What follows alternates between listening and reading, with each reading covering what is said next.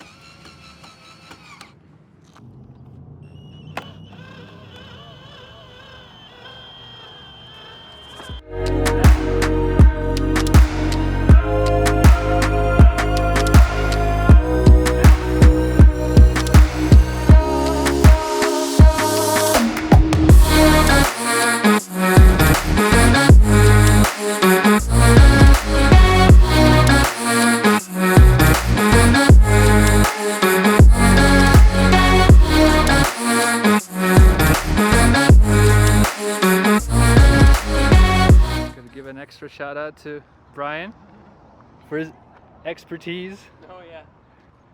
Drilling expertise. Drill. The guy with the drill. Thanks Before again, the man. Battery dies on your Yeah.